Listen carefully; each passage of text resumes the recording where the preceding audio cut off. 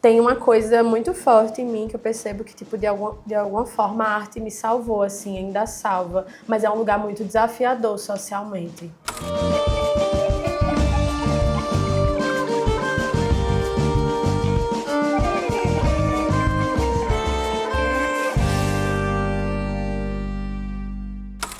Olá pessoal, eu me chamo Carleane Rosemonde e nós estamos começando mais um Mulheres em Rede e hoje nós estamos aqui com a artista e artesã Mariana Duarte. Gostaria de agradecer por você ter aceitado o convite, seja bem-vinda. Muito obrigada por receber, Carly.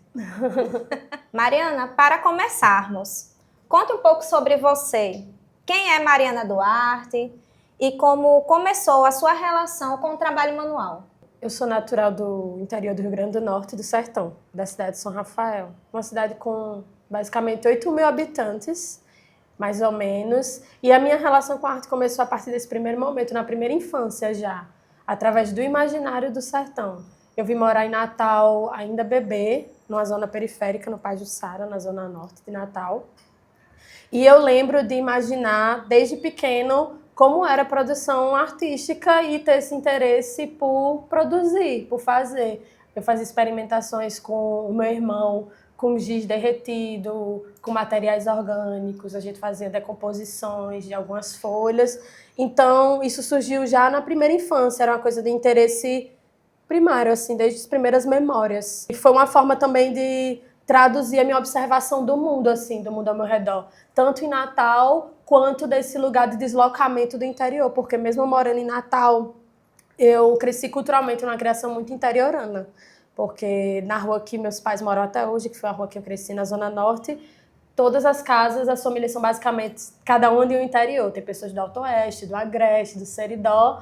E esse imaginário fantástico e mítico do sertão sempre permeou o meu trabalho.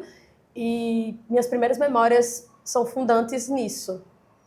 Trajetória e inspiração. O que te motivou a escolher a pintura, o bordado e o reaproveitamento de materiais como caminhos de expressão artística?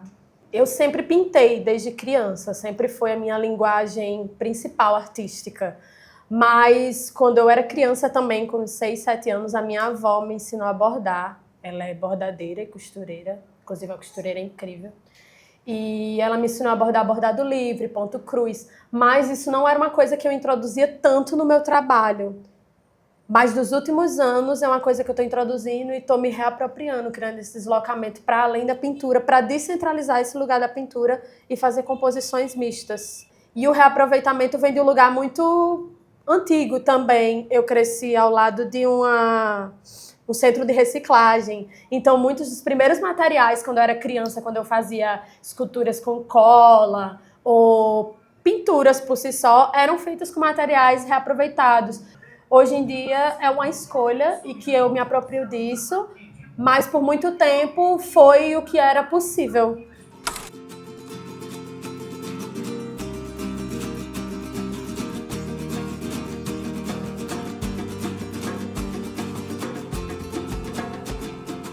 Você lembra da sua primeira criação feita a partir de material reciclado ou de material reaproveitado? Eu acho que essa pergunta ela pode ser dividida em dois momentos. A minha primeira criação feita com material reciclado foi na infância, assim, com uns 4, 5 anos. Meu pai pegou uma madeira de demolição, ela era madeira prensada, era de uma péssima qualidade. E eu lembro que a gente comprou umas tintas guache. E esse lugar na infância era um lugar muito... Eu e meu pai, assim, a gente era muito irmãos à obra, eu e ele. Um do lado do outro. E a gente fez vários processos juntos, assim, sempre me acompanhou. Eu lembro que foi feita com essa madeira e feita com tinta guache e carvão, que a gente encontrou da fogueira que a gente tinha queimado no São João. E já na vida adulta, foi essa tela que está emoldurada aqui.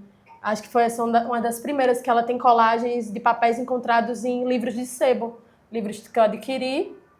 E aí eu fiz esse processo de mesclagem de vários tipos de papéis antigos, né? Alguns deles, o livro é dos anos 80, 70, esses papéis estavam lá. Tem fios também, né? Tem uma parte que é bordada e tal, e esses grampozinhos também são de reaproveitamento, né? eles foram tirados em outro lugar, alguns deles já estão até enferrujados e tal. Muito bom. Quais são as suas principais referências e inspirações artísticas? Hoje em dia eu divido minhas referências em 2 lugares. Referências acadêmicas, porque é uma coisa importante para mim, é o embasamento teórico da minha pesquisa, né? Referências de livros, de escritas, e referências de artistas. Hoje em dia, dentro da escrita, para mim, uma das minhas grandes referências é o Ailton Krenak, a Jenny Nunes também, que tem um trabalho maravilhoso sobre descolonização, e várias outras pessoas que pautam gêneros, Silvia Federici, Angela Davis. E na área artística eu tenho algumas referências tanto nacionais quanto internacionais. Nesse lugar da decomposição estética, que é uma coisa que eu trabalho atualmente, tem a Kate Ryan, que ela faz um processo de deslocamento das obras dela. Tem a Ilana Thalma, que é daqui do Rio Grande do Norte também, que também trabalha com assemblagem. Como é que funciona o seu processo criativo? Sempre foi minha principal linguagem a pintura, mas já tem uns anos que eu estou nesse processo de transição artística e estou bordando, costurando, fazendo aplicações, né, colagens, assemblagem, que é um tipo de colagem com vários materiais, né? E esse processo tem sido um processo de perceber um deslocamento, que é quando eu pego um objeto do cotidiano que ele tem uma utilidade específica e eu desloco ele para eu dar uma outra utilidade. Então, esse processo, ele não está pré-pronto. Inclusive, eu considero que eu tenho um compêndio de curadoria de materiais, porque não é mais um processo só de comprar pré-pronto em loja, é um processo também de curadoria de adquirir, de encontrar. É um processo em rede, inclusive, que os amigos encontram outros objetos e trazem. Essa curadoria, ela não está pré-pronta, ela é minha, sabe? É um processo, tem sido um processo bem pessoal. Nessa obra aqui dá para ver muito isso que eu tô falando dos cômodos, as ambientações, né? Tem essa ambientação aqui que é uma foto minha, que eu tenho feito esse processo de decompor, né? Com fogo, que é uma forma de decompor e de simular o passar do tempo, né? E aí algumas eu queimo só ao redor, outras eu faço uma queima mais pontuada no rosto, ou em algumas partes específicas, e cada uma vai ficando uma forma. Algumas racham e outras não, eu não sei porquê, mas só acontece. Essa daqui, por exemplo, ela só rachou inteira a foto, parece que tem uma rachadura. E sobre o bordado, né, e a pintura? Como você busca unir essa tradição e a inovação de ambas técnicas em suas peças? Sim.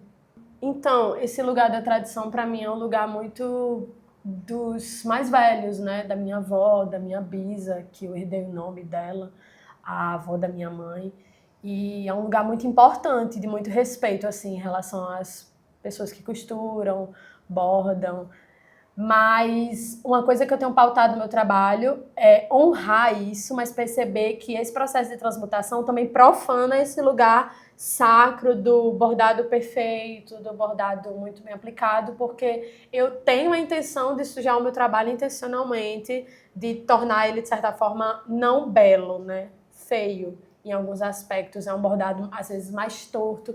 Existem algumas peças em que eu coloco bordados bem perfeccionistas de ponto cruz, mas a ideia do bordado livre, dos pontos tortos, é um pouco esse lugar da inovação, do meu lugar, sabe? De perceber que, para mim, é uma forma de honrar, de rememorar, mas ao meu modo, sabe? Conseguindo unir as duas coisas. Chegamos na etapa, né, de desafios e conquistas.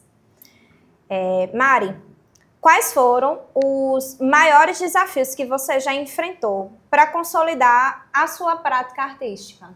Eu acho que esse lugar do financeiro foi e é um grande desafio da aquisição e do processo de compra de material e também o processo de entender como funciona, por exemplo, escrita de projeto, que é um processo que torna mais viável, por exemplo, a aquisição de materiais.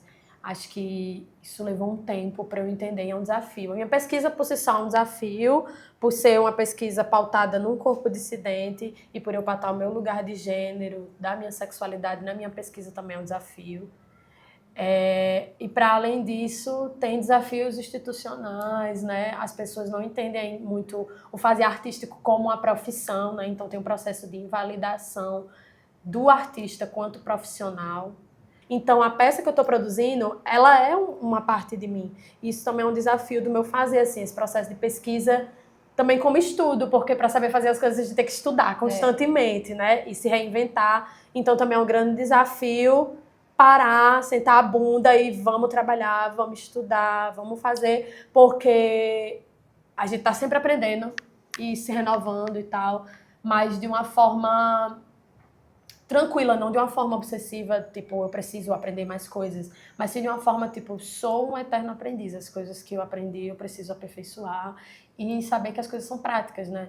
Agora nós vamos falar sobre o Mulheres em Rede, né? E quando a gente vem falar sobre o termo mulher, né? Eu gostaria de perguntar para a Mari, né? O que significa para você uma pessoa socializada mulher, né, que cria a partir das próprias mãos, em um mundo ainda tão marcado por desigualdades? Perceber a minha mulheridade quanto uma pessoa não binária é um processo de fissura também, assim. É desafiador e é um lugar que me atravessou durante muito tempo da minha vida, por eu ter sido uma pessoa socializada mulher. Por muito tempo me entendi como mulher, por muitos anos da minha vida.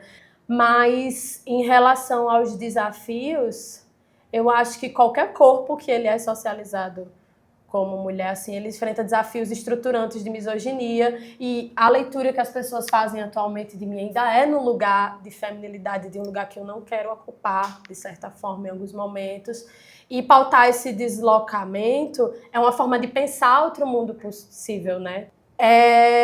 Tem alguns aspectos do espectro feminino que eu absorvo para mim, que eu acolho, mas ele não me resume, entende? Então, tipo, passo por desafios, sofro misoginia, e para além da misoginia, sofro outras coisas também, passo por outros desafios nesse lugar da não binaridade e de entender como funciona meu corpo socialmente em relação ao outro, o outro em relação a mim, a observação e tal do outro, e perceber o meu lugar também, assim, como um corpo que se desloca e que desistiu, de certa forma, de caber num lugar hegemônico e disputar esse espaço de ser somente mulher, que é uma coisa que não me acolhe. Ser somente mulher. Sou também mulher, mas sou também um homem, sou também uma pessoa. E em alguns momentos sou nada, assim, de verdade, não tenho uma palavra que consiga traduzir o que sou, porque o que sou é complexo.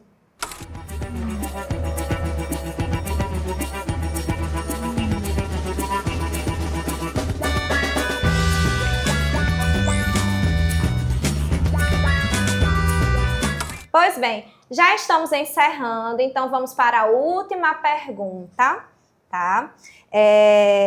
Mari, que mensagem você gostaria de deixar para outras mulheres, né? Para outras pessoas socializadas mulheres, Sim, que desejam transformar sua arte em um caminho de vida? produza, né? Faça. Sempre vai ter alguém que vai dizer que o que você faz não é bom o suficiente, não é belo o suficiente, não é técnico o suficiente, mas se você acredita nisso, tem uma coisa muito forte em mim que eu percebo que, tipo, de alguma forma a arte me salvou, assim, ainda salva, mas é um lugar muito desafiador socialmente. Tanto por ser uma pessoa socializada mulher, quanto artistas em geral. Passamos por várias questões de precarização, né? E o que eu tenho para dizer é, tipo, se mobilize, crie sua rede ou participe de redes coletivas. Faça de uma forma comunitária as coisas. Pautar essa coletividade é importante para se fortalecer, porque é um lugar muito solitário. E sistemicamente, estruturalmente, o processo de misoginia, o processo de transfobia, o processo de homofobia, esses processos de opressão, né, sistemáticos, a bifobia também, eles são muito isolantes, eles são adoecedores. O capitalismo por si só, a produtividade, o utilitarismo, ele é adoecedor. E no processo artístico isso também acontece. E é muito desafiador, a arte não está a serviço do capitalismo, né? Ela está num espaço de incentivo, de coletividade, de fissura mesmo, sabe? Contra-hegemônica, contra-colonial. Obrigada, viu, Mari? De coração. Pelo convite. E é isso. Obrigada. Foi ótimo. Pois é, pessoal, chegamos ao fim da nossa entrevista com Mariana Duarte, né? Gostaria de agradecer por você ter vindo e quero também, né, agradecer ao Sebrae, pois esse projeto só é possível graças ao Edital de Economia Criativa 2025, que foi aprovado o nosso projeto pelo Sebrae, né, ao Desk Delas, coletivo feminino, coletivo de produção cultural aqui do centro da cidade de Natal, e ao Runa Atelier, que é o ateliê criativo de macramê também aqui do centro de Natal. Então, pessoal, fica com a gente, segue nossas redes sociais, acompanha no nosso canal e até o próximo episódio.